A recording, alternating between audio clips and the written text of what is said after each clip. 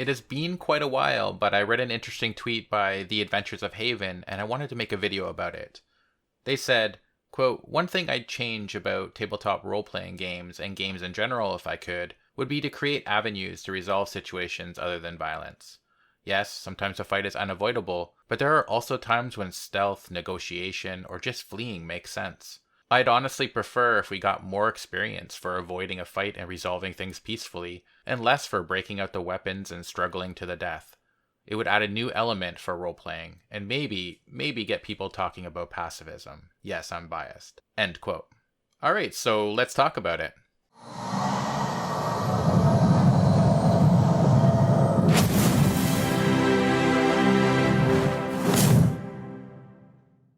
This isn't the first time I've read or heard this sentiment, and the good news is that you can change your tabletop role-playing game experience. And look, you're entitled to play your game any way you want. If you prefer hack and slash games, where almost any problem can be solved with a cudgel or a spell, that's completely fine, and maybe this video isn't for you. I'll make one for you soon, I promise. But having DM'd quite a bit of 5e, I think players tend to look at monsters as bags of walking experience points.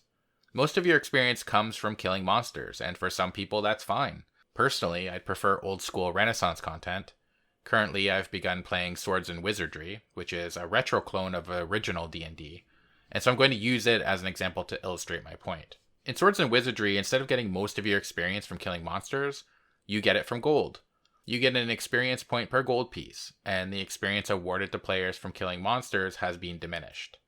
This encourages players to think outside the box. Instead of just trying to mow through the monsters for experience, your main goal will be getting that treasure for the same reason. Now, monsters are still worth experience, although a reduced amount from what they might be used to, and some people might just want to hack their way to the treasure, and if that's your thing, that option is still available. However, you should remind your players that they aren't playing 5th edition, and encounters are almost always potentially lethal to both monsters and players.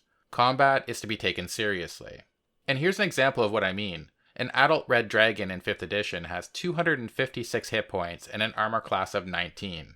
In Swords and Sorcery, they have anywhere between 36 and 44 hit points and an armor class of 17. Players, much like monsters, have a vastly smaller pool of hit points and are easier to hit, and this changes the dynamics of combat drastically. Not only is it deadlier, but it is over much quicker. Also, if you want your players to consider options other than slashing their way through every encounter, you have to make sure that your players have different avenues available to them to advance the plot. A great example of this can be found in Tower of the Stargazer, which is a fantastic one-shot.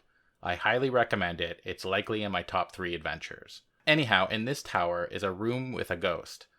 How I ran it, and I'm making a long story short here, was that if one of the players agrees to risk their soul in a game with a trapped spirit, and they win, the spirit opens a secret library where the players are given all sorts of cool loot. Within that loot is a diagram that shows how the mechanical golem, located in the basement of the tower, was made and how the players can deactivate it in a fight. If they lose the game with the spirit, they die and their soul takes the place of that of the original spirit. By the way, if you're planning on running this adventure, I highly recommend making sure the stakes are clearly stated before the player decides to play this potentially lethal game. In my game, the players successfully beat the gambling spirit and found out that by pulling the jewel from the mechanical golem's chest, thus removing its power source, they could deactivate it without having to fight this potentially very lethal guardian. And they proceeded to do just that by working together to reach the stone and then making skill checks to pull it from its chest. It was a climactic, meaningful ending to an amazing adventure, and the solution was every bit as memorable as a drawn-out combat. Also, giving your players other ways to solve problems without raising their swords can give other players time to shine. Maybe the thief wants to infiltrate the room full of monsters and steal the treasure from under their noses, or the fighter wants to lure the monsters from the room, allowing his companions time to take the treasure without a fight, or maybe the wizard has to figure out some complex magical device that gives the party access to a rare treasure. Another option is that when confronted with intelligent enemies, allow the players to roleplay the encounter. Encourage them to parlay, haggle, deceive, bribe, intimidate, and use diplomacy to get what they want from their opponents. When they do, reward them the same amount of experience as they would have received. Or, and hear me out here, more experience than if they'd killed them all in an orgy of blood. In other words, reward them for excellent role-playing. I think one key is rewarding experience for monsters defeated, whether that means using combat or beating the encounter using one of the other methods I just mentioned. As for the fleeing part of the statement by the Adventures of Haven, when I create games, I tend to make sandboxes. The players can choose what they want to do, and while they're doing one thing, the baddies and the other adventure threads are working towards their own goals. I stress that not all the content in this sandbox are geared towards their level. They could run into a monster, depending on their own decisions, that is clearly out of their league.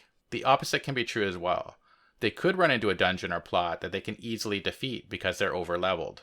I think this adds to the idea that this is a living, breathing world.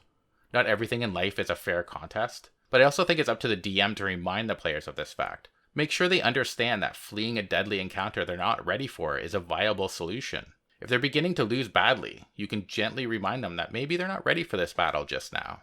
They may still decide to keep fighting, and maybe they even win, and that's okay as well. Let them make that choice for themselves. Another way of managing this problem is allowing players to play characters that are pacifists. Not every character in a party needs to be willing to kill people. One of my frequent players enjoys playing healing clerics and dislikes fighting. They often try to talk monsters into fleeing while the party does battle. Or maybe they can solve some sort of riddle on the battlefield that gives their companions an edge. Or maybe they're the face of the party and often do a lot of the talking, but meld into the background once the fighting starts. You can also design adventures for groups of pacifists.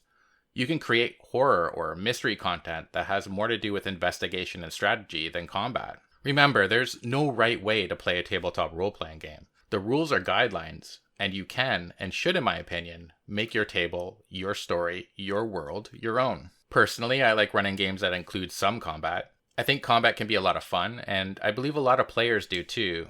But I also want players to not feel as if that's always the best or only solution. I also think having a world and combat system that is gritty and dangerous creates tension.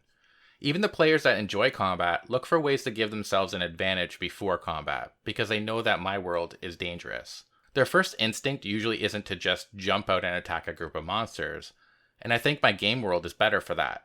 But what do you think? Tell me whether you think I'm wrong, right, or what sorts of tricks you might have up your sleeves when it comes to crafting encounters that offer players a way to beat it without physical combat. And if you would like to check out Swords and Wizardry, as of this recording, it's available for free as a PDF through Frog God Games. I'll leave the link in the description box. Thank you for your time. If you enjoyed this video, please hit the thumbs up and subscribe.